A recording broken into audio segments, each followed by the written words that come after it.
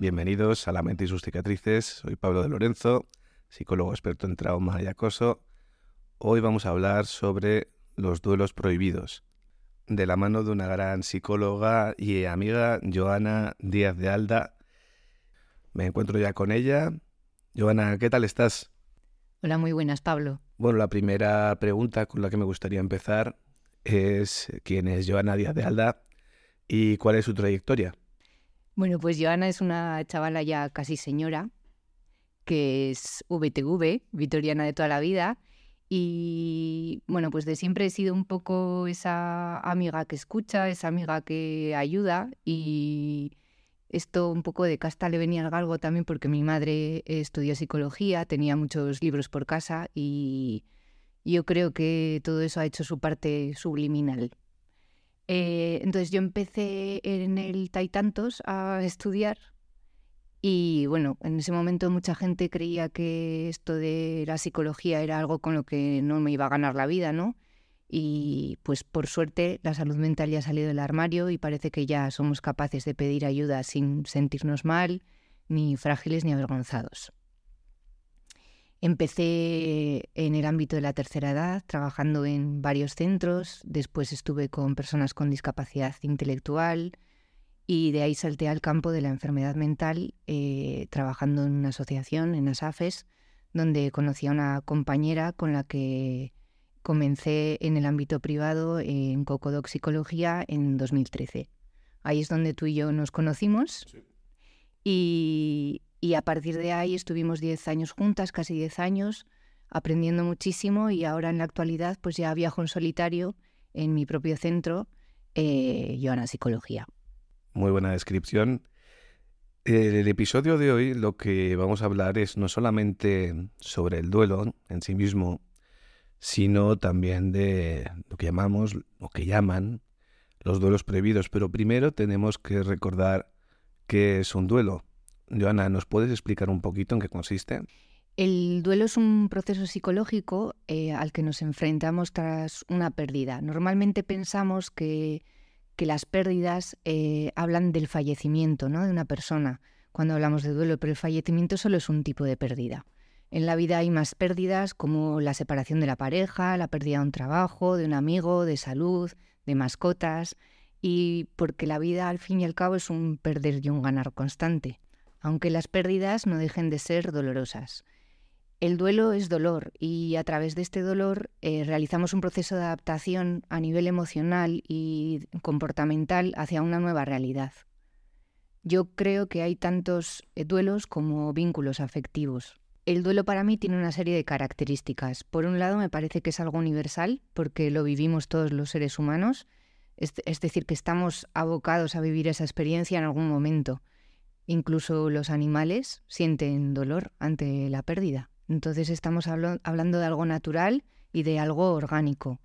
A la vez que es universal, también es único, porque no hay dos duelos iguales, ¿no? Va a depender de muchos factores cómo yo gestione ese duelo. Pues desde cómo se ha producido la pérdida, qué tipo de vínculo tenía con esa persona o con esa situación, la inversión que he podido hacer en esa persona, en esa relación, si tengo algo pendiente o no, qué experiencias he vivido junto con esa persona, en qué momento emocional esté. No es lo mismo estar en un momento emocional fuerte que en un momento un poco más frágil. Y también creo que tiene mucho que ver la fortaleza emocional de cada uno y la capacidad de resiliencia.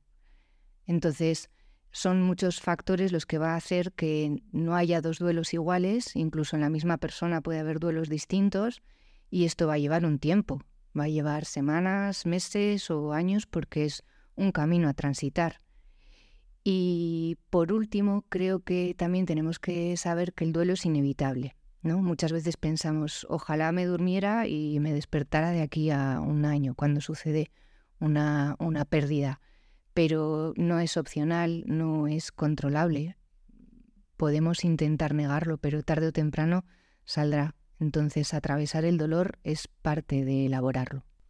Nunca viene mal recordar un poco qué es el fenómeno del duelo, pero como comentamos cuando hablamos de hacer este episodio, no me sonaba mucho, pero es cierto que hay duelos que son rechazados o minusvalorados socialmente.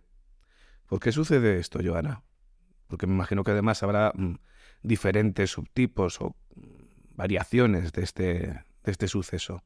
Pues sí, es curioso, pero hay pérdidas que no están muy legitimadas socialmente y además son pérdidas que forman parte de nuestro día a día, que nos suceden a todos y que hay tantos duelos prohibidos como vínculos que no están reconocidos. Con estos vínculos poco reconocidos lo que se produce es una especie de censura del entorno y también una censura auto, ¿no? O sea, una autocensura porque no legitimamos ese tipo de emociones. Yo creo que hay como una especie de transmisión cultural y social en la que la expresión y la normalización de las emociones no se contemplaba y de ahí venimos, ¿no? De una cultura que da la espalda al dolor.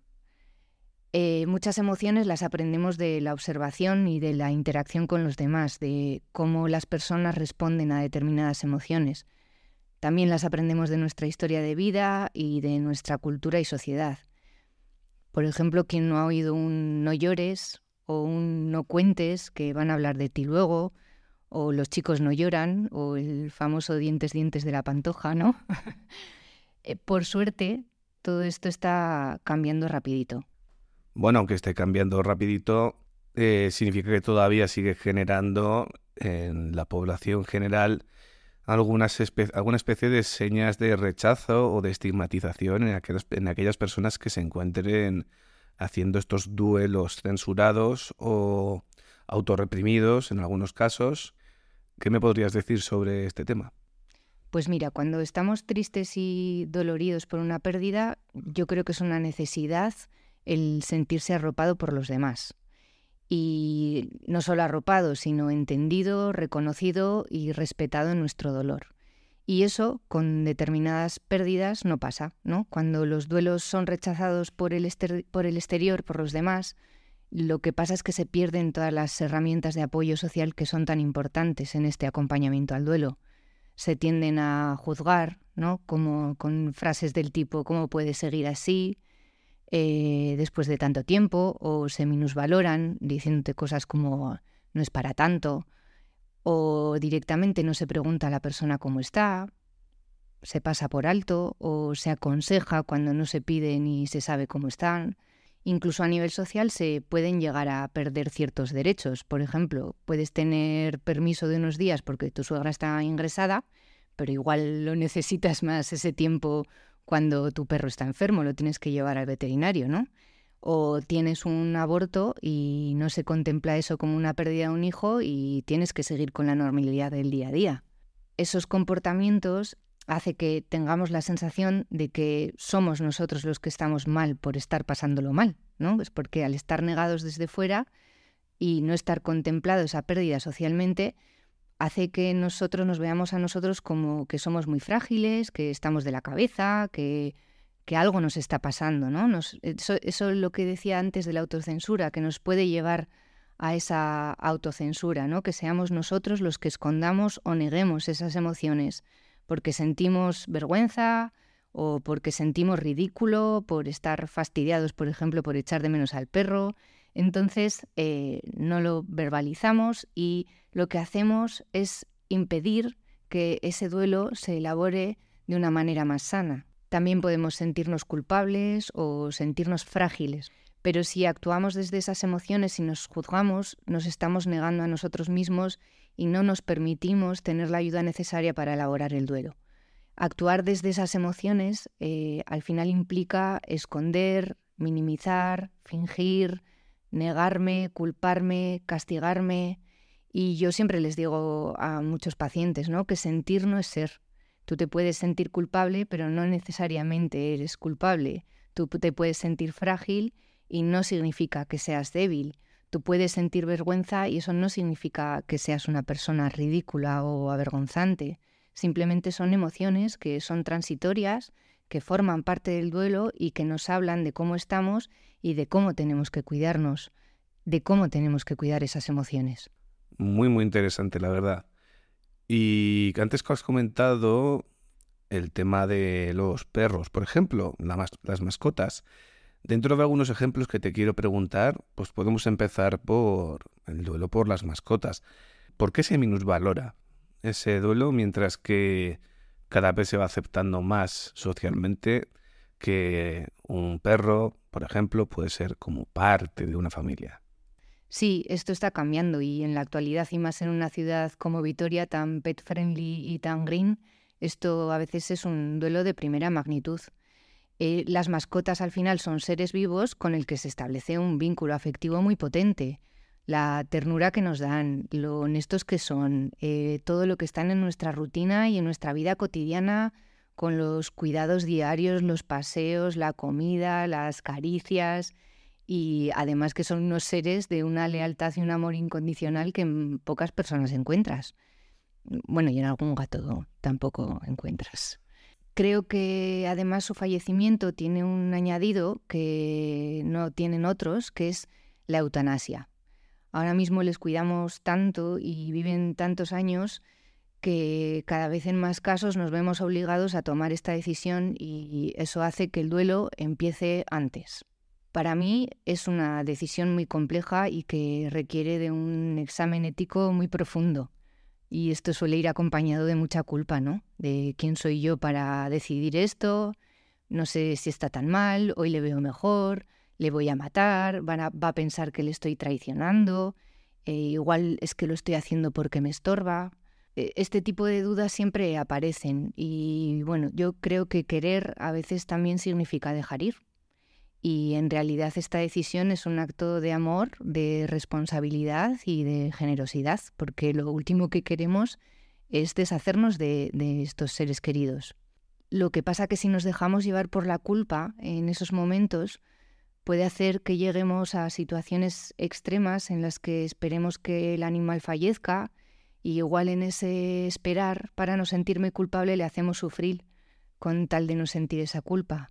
Yo creo que en esos casos la culpa es normal sentirla porque somos los responsables de ellos,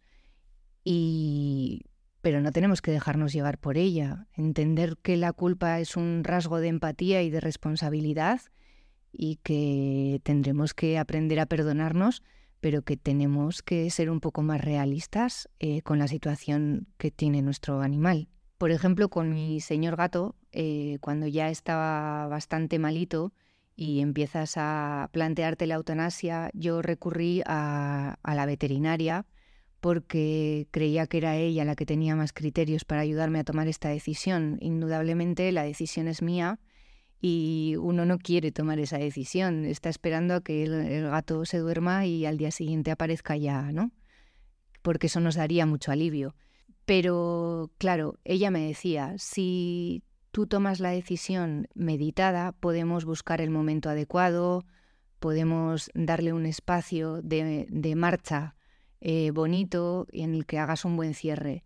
Si esperas y lo dejas en las manos del azar, puede llegar a unos momentos de mucho dolor, de mucho sufrimiento, o que incluso no encuentres un veterinario en ese momento y después tengas bastantes remordimientos por haber esperado, por ese sentimiento de culpa. Entonces, por eso digo, no actuemos desde la culpa, es normal sentirla, es mejor que nos apoyemos en criterios profesionales para tomar esta decisión desde el amor. ¿Qué pasa luego a la hora de expresar el duelo por un animal? Pues que muchas veces puede provocar en personas que no lo entiendan incomprensión y juicio, ¿no?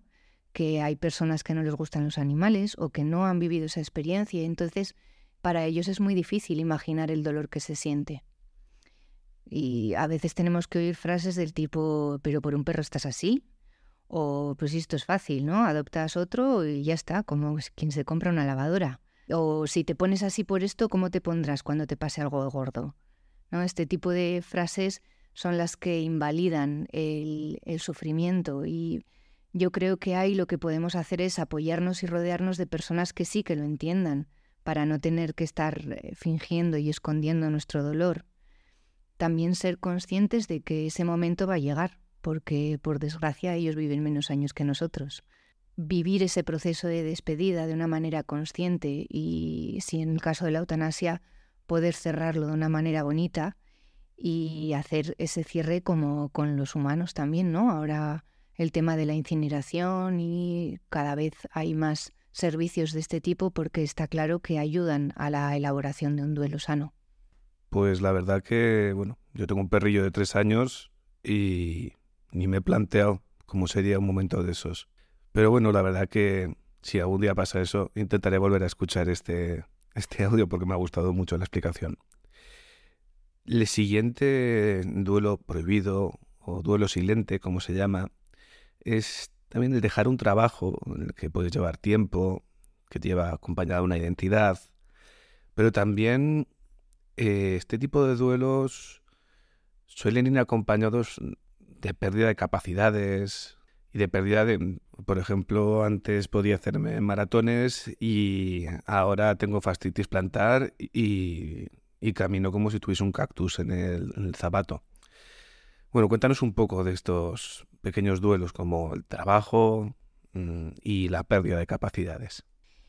Pues sí, cuando dejamos un trabajo después de mucho tiempo puede haber un duelo. Al final esto va a depender también de muchos factores, ¿no? Depende de muchas circunstancias, como hemos dicho antes. Yo creo que el primero es la voluntariedad, es decir, quién toma la decisión, porque si la decisión la tomo yo de dejar ese trabajo, el duelo comienza antes del día de decir adiós. Sin embargo, cuando es algo no esperado, ahí tenemos que sumarle el shock de esa parte inesperada, y el proceso puede ser más largo, costoso y con otras emociones asociadas que pueden ir hiladas a la rabia, a la negociación, etcétera, etcétera. También la importancia que ese trabajo ha tenido en nuestra vida, ¿no? Tú has dicho antes lo de la identidad. No es lo mismo una persona que vive para trabajar que la que trabaja para vivir, ¿no? El peso de también el peso que tiene esa profesión en tu vida, cuánto te identifica esa profesión, será determinante a la hora de enfrentar el duelo. Será más fácil para aquellas personas que, además de trabajador, sea, yo qué sé, aficionado a los libros, al cine, sea padre, sea hijo, sea marido, mujer, ¿no? Que tenga otras facetas que también le den una identidad. Eso lo puede hacer mucho más llevadero el proceso. Con lo que dices de la pérdida de capacidades, también está el temita de la jubilación, ¿no? Que estamos deseando llegar a la jubilación, pero mucha gente no lo lleva bien, porque también está asociado a la pérdida de una etapa y a esas pérdidas de capacidades que decías, porque hay personas que lo unen mucho al trabajo con la utilidad y con la valía personal. Pueden sentir que es que ya son inútiles, que no valen para nada, o incluso he escuchado en más de una ocasión que con la jubilación se inicia la última etapa de la vida. Entonces, como que la perspectiva de futuro, dicen, lo siguiente ya es cerrar sesión, ¿no? Entonces, bueno, pues la jubilación, vuelvo a decir, si tenemos otros ámbitos de nuestra vida que disfrutemos y que pongamos en valor no solamente el hacer y el producir, sino también el sentir, el vivir, el disfrutar, lo vamos a llevar, ese proceso y ese tránsito lo vamos a llevar mucho mejor. Al hilo de esto de la pérdida de salud, de la pérdida de capacidades, la pérdida de salud también puede ser un proceso de duelo, ¿no?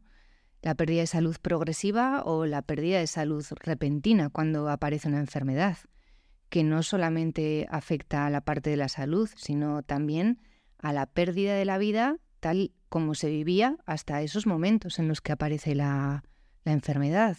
La vida social, la vida laboral, las actividades que antes podía realizar de una manera y ahora igual pues con el cactus ese que tienes en los pies ya no lo puedes hacer, ¿no?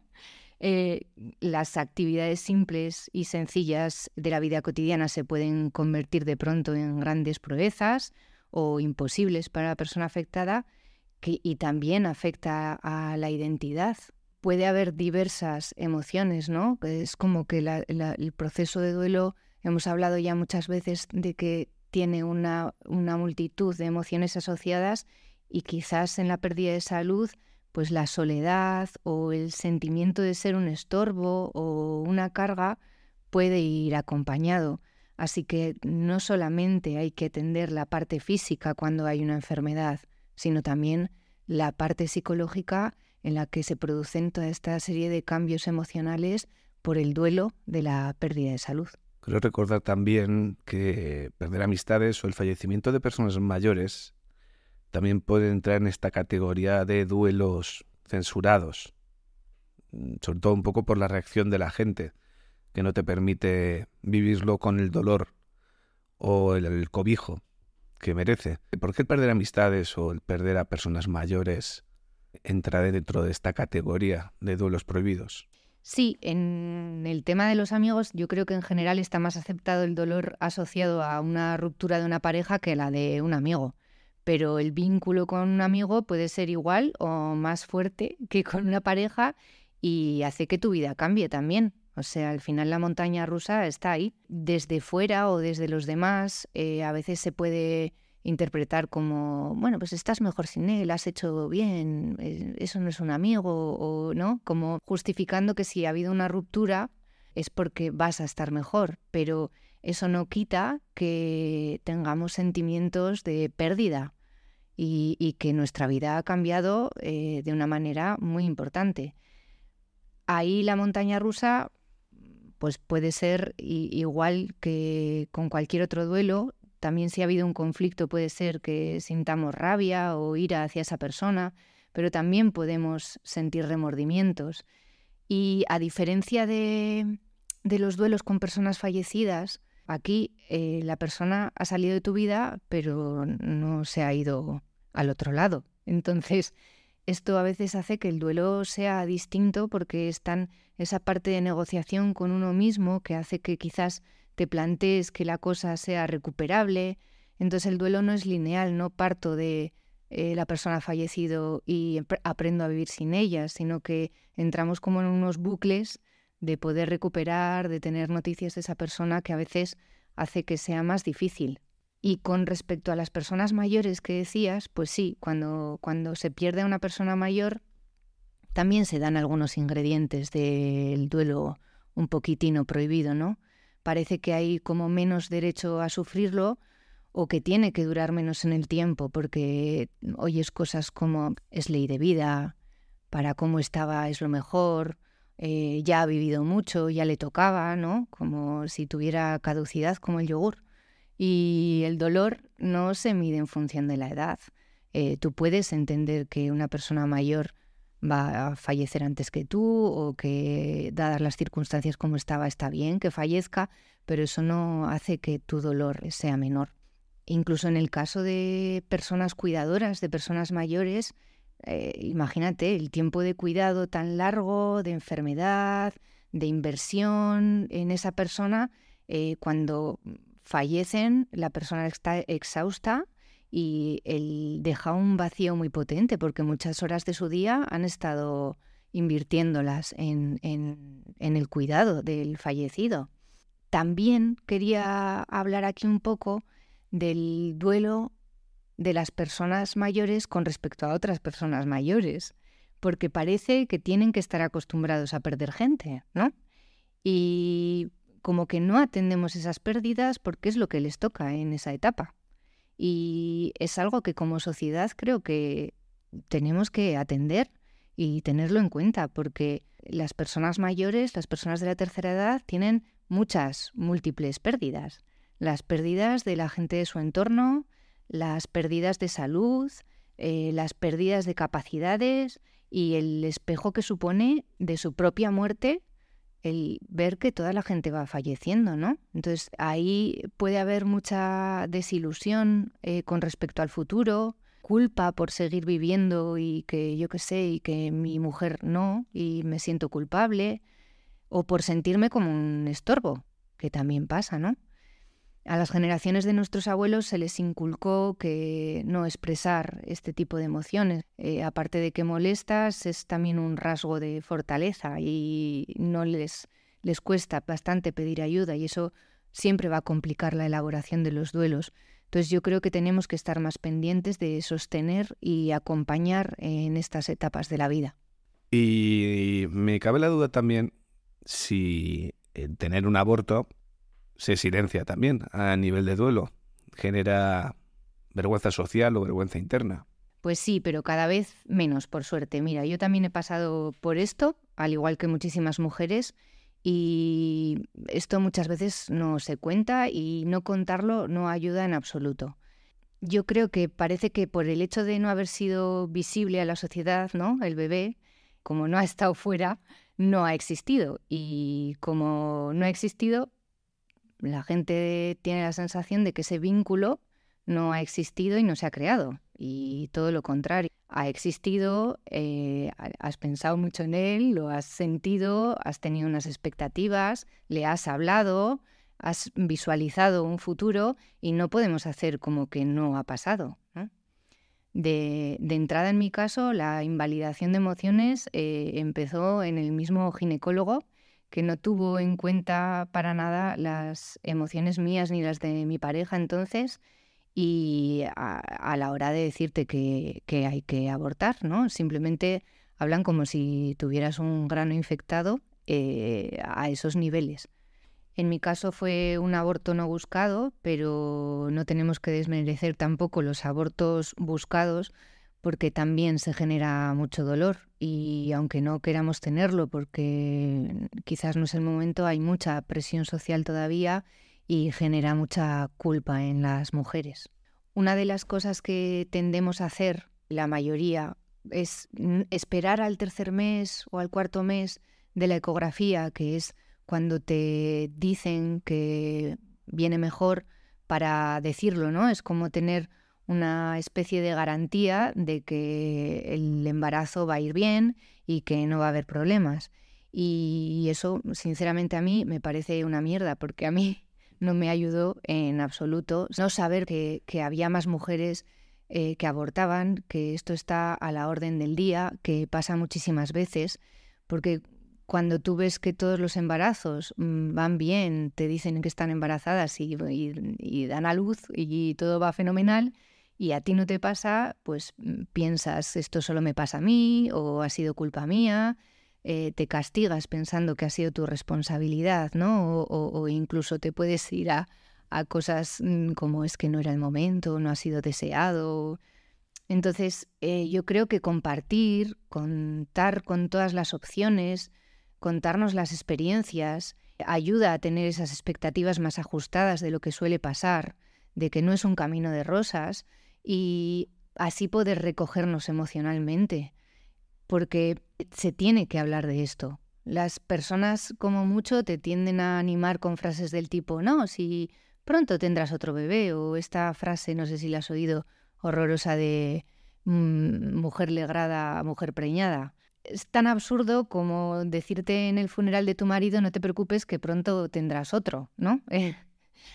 O directamente no se habla de ello porque no saben cómo sacar el tema, ¿no? Como si no te afectara tener un aborto porque ya vas a tener otros, ¿no? Además, el aborto, tanto voluntario y buscado como involuntario, es algo que permanece a lo largo de los años, no solo como recuerdo de lo que ocurrió, sino como lo que pudo ser y no fue. Es habitual pensar cosas como cómo sería ahora, cuántos años tendría, que tengas amigas con otros niños que serían de la edad.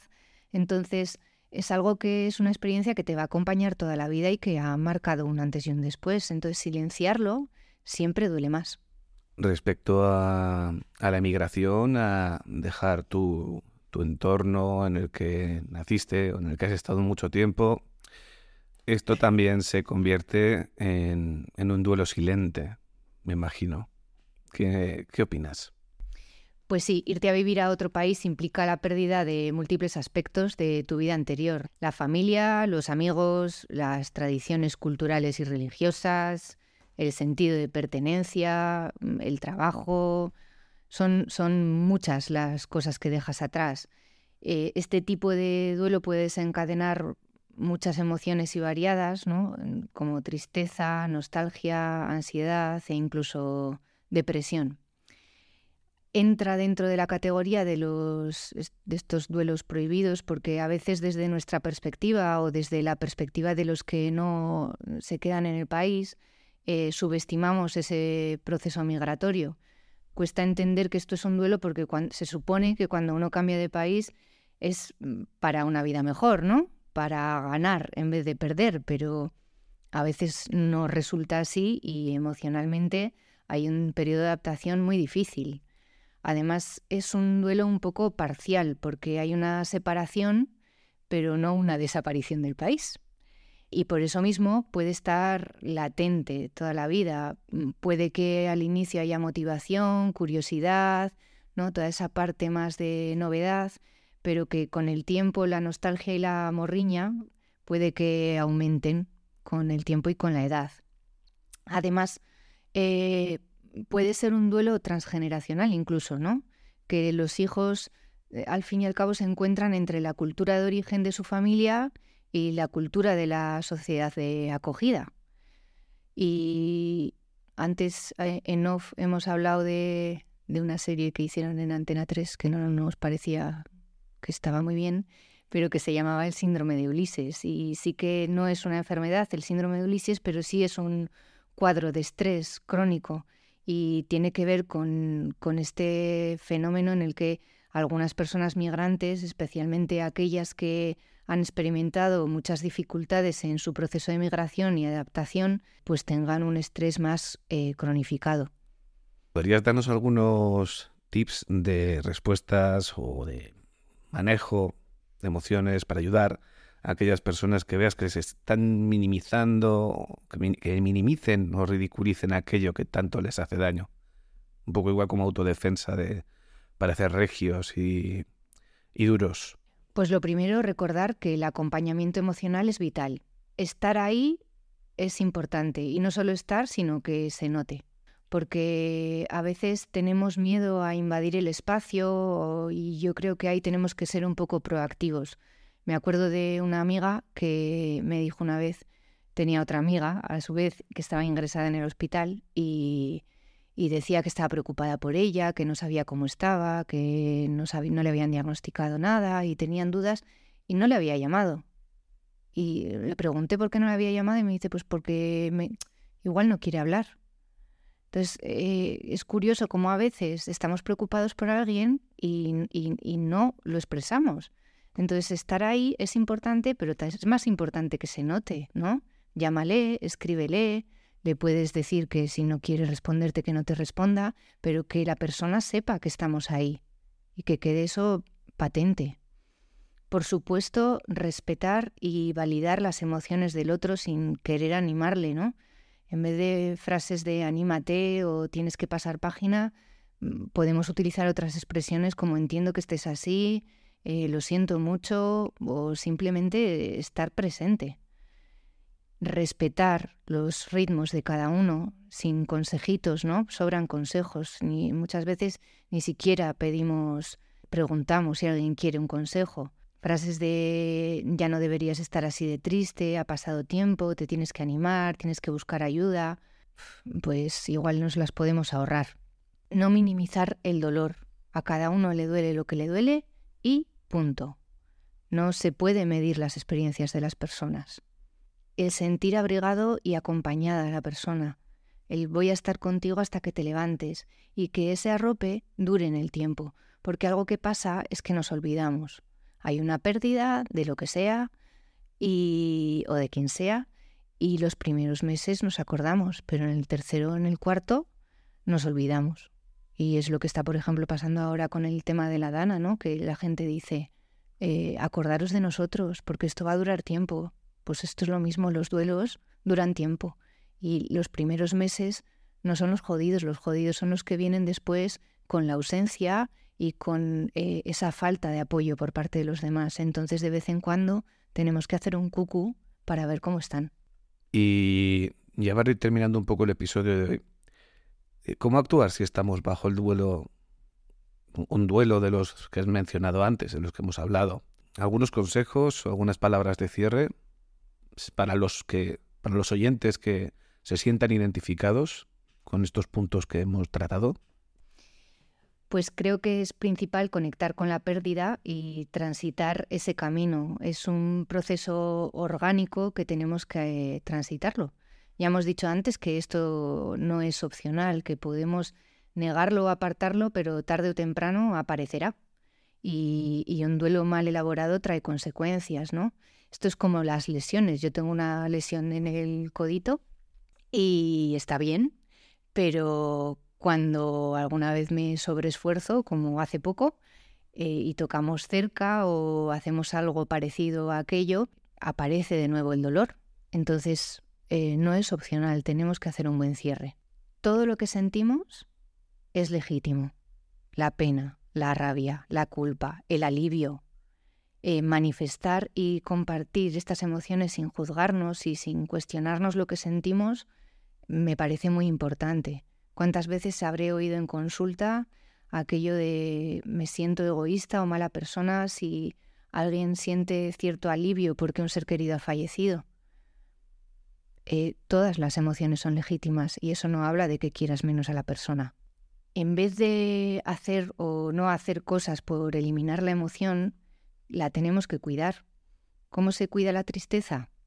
Pues dejándola llorar un rato. ¿Cómo se cuida la culpa? Pues perdonándonos. A veces tenemos que dejar tiempo a que esas emociones transiten, no se van a quedar ahí para siempre. Recordarnos también que las personas que nos dicen cosas que no nos ayudan, como los ejemplos que hemos visto antes, normalmente vienen desde el no saber hacerlo de otra manera. No hay mala intención, solo que ahí hay un poco de torpeza. No tomárnoslo como algo personal siempre nos va a ayudar. Pero también podemos probar a decirles, oye, mira, esto no me ayuda, déjame en paz, o ya sé que me quieres ayudar, pero ahora mismo me vendría mejor otra cosa. Podemos no tener que escuchar esas cosas, podemos decirles que eso no nos ayuda y buscar en quién sí podemos apoyarnos y hacerlo. Amigos, profesionales, comunidades, libros. Si sentimos que quedan cosas por decir, porque a veces hay carpetas abiertas, por ejemplo, en una pérdida perinatal o con una mascota, podemos escribirlas, podemos verbalizarlas, podemos encontrar la manera de sacar estas últimas palabras. Como decía Shrek, mejor fuera que dentro. Y si, aunque estemos diciendo que sí que es verdad que el duelo es un proceso normal, un proceso orgánico, si vemos que este duelo dura mucho, que nos condiciona a seguir con los diferentes aspectos de nuestra vida, la parte laboral, la parte social, y ya supone mucho esfuerzo vivir, igual es momento de buscar ayuda profesional, porque esto tiene que doler, pero no tiene que limitar. ¿Y qué te diría yo, como último? Pues que la reina Isabel II dijo, la Queen de Inglaterra, dijo una vez que el dolor es el precio que pagamos por el amor, y pues la señora tenía toda la razón del mundo, ¿no? Va junto. Y de eso va la vida y vivir. Pues Joana, no puedo estarte más agradecido por esta bonita entrevista. Muchísimas gracias por esta visita que nos has hecho. Espero que podamos verte de nuevo por aquí, escucharte por aquí más adelante y que tengas buen día. Muchas gracias, Pablo. Ha sido un placer y lo mejor todos los momentos en off que hemos tenido y de tomas falsas, que ha estado muy divertido. Gracias. Corrijo, no ha habido tomas falsas. Y hasta aquí llega el episodio de hoy. Espero que lo hayáis disfrutado. La verdad que ha sido bastante profundo y con muchos aspectos. Recordaros que tenéis el correo electrónico lamentaysusticicatrices@gmail.com para comentar lo que queráis, para hacer proposiciones de temas o dudas que tengáis sobre vuestros propios casos. Muchas gracias por estar ahí y escucharnos y nos vemos en el próximo episodio.